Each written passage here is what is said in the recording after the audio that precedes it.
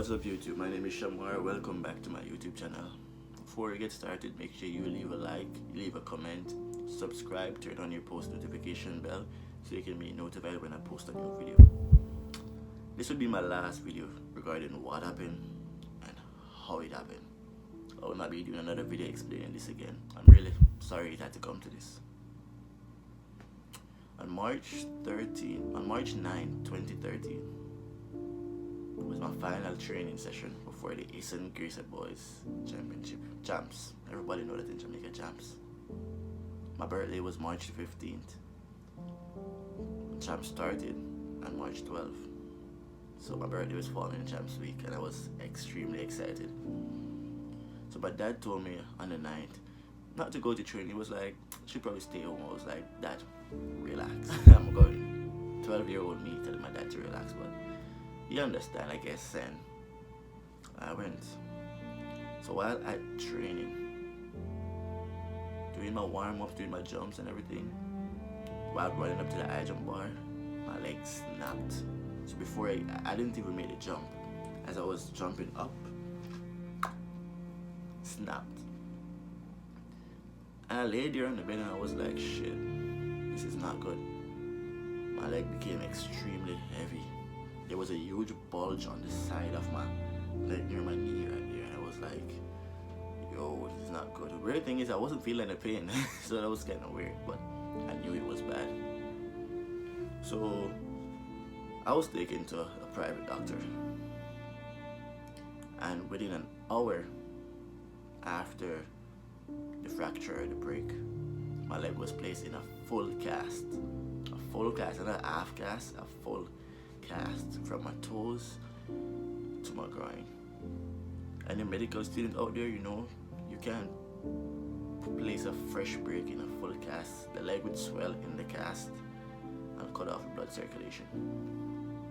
I didn't know that at the time. My parents didn't know that. No one that was there, I'm assuming, didn't know. I was given prescriptions for painkillers. I don't remember the exact name of the painkillers, but I was given painkillers and was ordered to follow up Monday. This happened on a Saturday. So that was the only instruction I was given, and they sent me home. So I went to him, everything was okay, everything was good. No pain, nothing. I was disappointed because I wasn't going to be able to compete. But it was just life. I was like, you know what, it's just life. So everything was okay. But then, like 3, 4, 5 hours later, in the afternoon or the night, however you guys call it, I started to feel pain in my toes. And I became worried. I became slightly worried. But then I remember I have painkillers, so I was like, you know what, let's take the painkillers. And I told my parents. And they decided, since I have a follow-up appointment on Monday with the same doctor, let's just wait until Monday. So Monday morning, bright and early, my parents took me back to the doctor. I explained the situation to him, explained the pain I was feeling, and he slit the cast open. So he used a saw and slit the cast open from my groin all the way down to my toes. Because the cast was from my toes to my groin. And if I stand up right now, this is my groin right here. So I couldn't move my knee. I couldn't even walk on the leg. That was broken. So he slit the cast open and immediately the pain went away. I didn't need the painkillers anymore. My toes started to look brighter. And I was like, okay, this is good.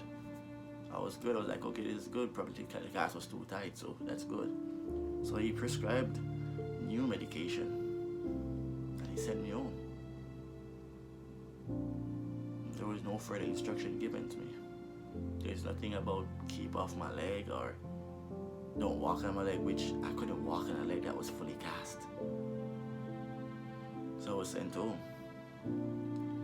Tuesday night, the pain came back and it was 10 times worse than before.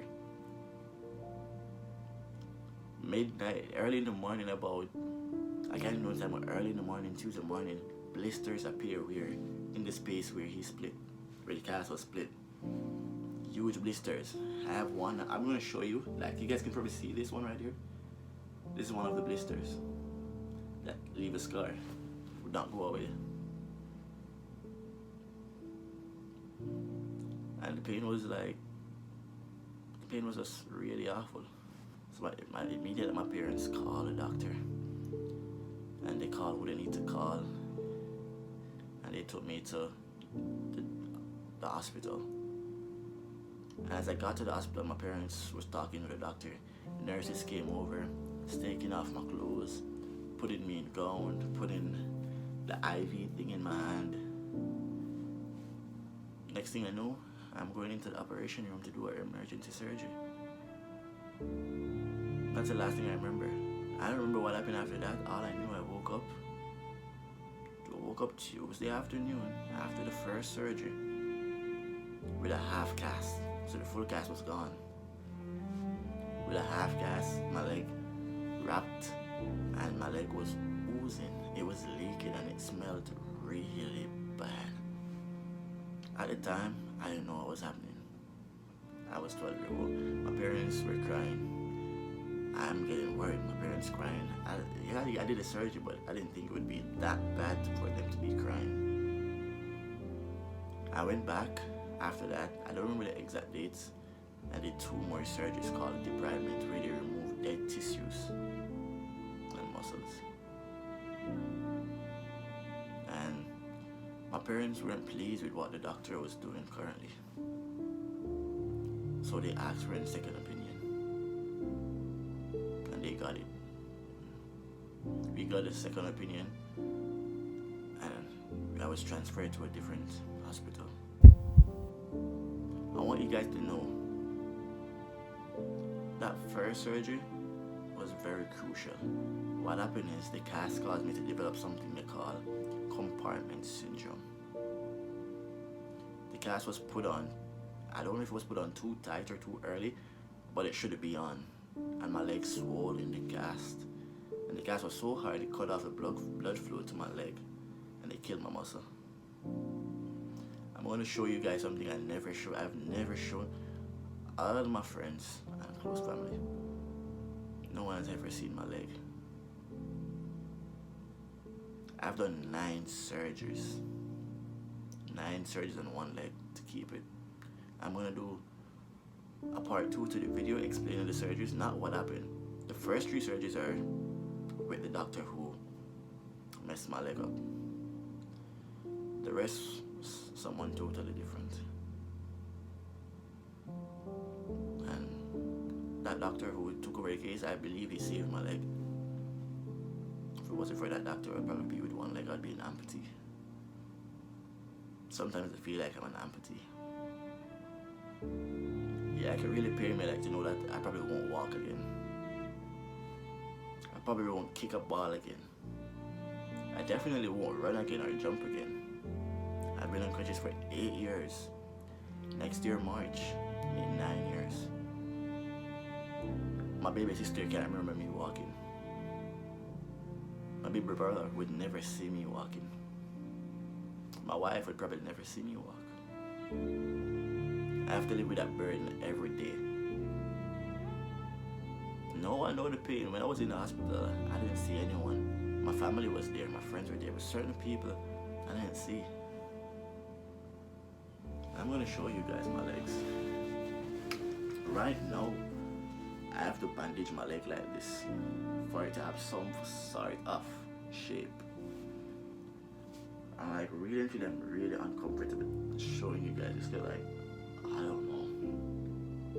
But I just feel like I need to show you, really like to see what I'm going through and what I have to live with.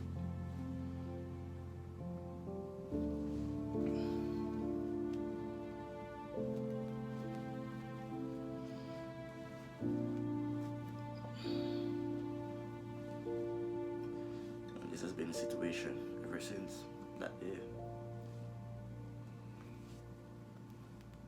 Because of medical negligence.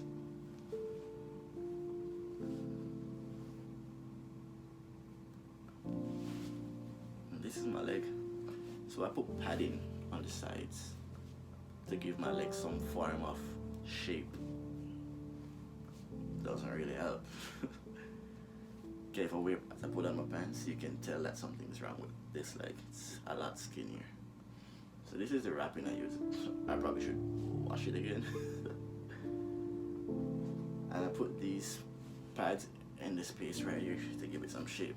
On this side, my leg look normalish ish. It's extremely skinny and it's darker. It's very discolored. This right here was where one of the this right here was where one of the lump was. This is my leg.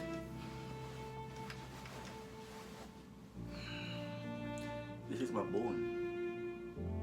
This one is the tibia. This one is the fibula or something like that. This is my leg. And sometimes I'm extremely embarrassed about it. I never wear shorts unless I'm in my house. You'll never catch me outside wearing shorts because I wasn't born like this. I feel like I've been robbed.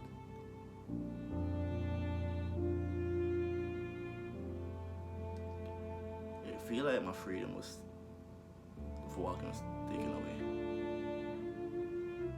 I know there's nothing I can do about it right now, but I can share my story.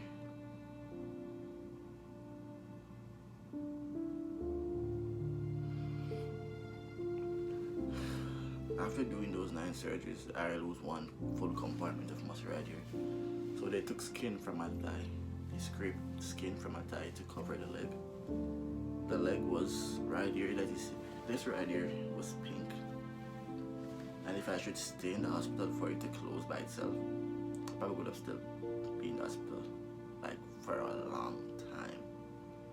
So I did a skin graft. They took skin from my thigh to cover it. And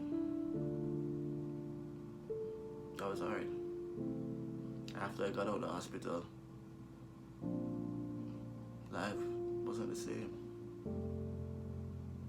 I struggled to learn to drive. I use my left leg to drive right now. Although I'm an excellent driver right now, don't get me wrong, I'm an excellent driver. I love driving. But it was a struggle. I'll never drive a standard car. Unless it's Tiptronic with the fingers. I have to wear this special boot. Let me get it. If I'm walking on the leg, I have to wear this special boot. It's called a darker boot to take pressure off the leg. Because there's no sensation in the bottom of my feet. I went outside before, cut my leg. It's like a diabetic leg, I can't feel it.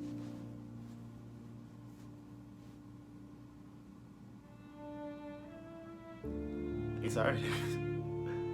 I don't think people understand what I'm like. They see me and they always see me smiling. But it's hard. Past 8 years, like I was robbed of my youth. I haven't walked since I was 12. I'm now 21 years old. I'm still on crutches. And I'll probably be on crutches for the next year, next 2 years, 3 years, 4 years, I don't know. Right now, I'm living in Edmonton, Alberta. And I've had a couple of doctors. And one of the plans was to put a Elizarov, something like that, frame. I can't pronounce it. To bring my ankle up. Because the reason why I can't walk right now is my ankle is fixed. Well, not fixed, it's frozen or whatever. So this whole procedure caused me to develop something they call foot drop or drop foot. So my leg is dropped down like this. And because it was in that position for so long, that the bone fused in the ankle, so I can't flex it. So I can't do this with my right leg. Can't flex it. It's frozen. So they were planning to put in that, drill it in, and keep turning it each day, so my leg can come back into a position where I can walk on it. But when I moved to Edmonton, I found out I got a bone disease called osteomyelitis. And I did a video on that, so you guys could probably check it out to see if you want to see what I have to do on a daily basis. Roughly about 2 months every day, I had to get antibiotics injected in my hand or in the IV drip, whatever it's called. And I had to do that for 2 months to get rid of that bone disease. Good thing it wasn't anything crucial or serious, but that slowed down everything. Now Corona, I can't do anything. We've been in quarantine for 2 months, going 3 months. Life's been hard. Like, if I go to the pool, I go to the beaches, I'm scared to take off my pants. People look at the scar. It's summer now. Summer is coming up. I don't feel comfortable wearing shorts outside, so I'm always in pants or sweatpants. I like taking pictures, but because of my leg, I have this one pose. Some of my friends laugh and say that's your one pose. So I stand up a certain weight to let my leg look normal. I watch my parents cry, I watch my dad cry, I watch my mom cry, I watch my aunt cry, I watch my family cry. My family suffered because of this. Because they're in pain, because they love me. But if it wasn't for my family, I probably wouldn't be here. Like, I'm so grateful for my family. Like, I don't know, I just want to walk. And because of one mistake, I guess, I'll probably never walk again. I don't know. It's really painful. But I don't think I'll talk about this again. I'll probably do a video explaining the surgeries after the third one. Every surgery after the third one was different. It was more debridement, I did skin graft, and those stuff.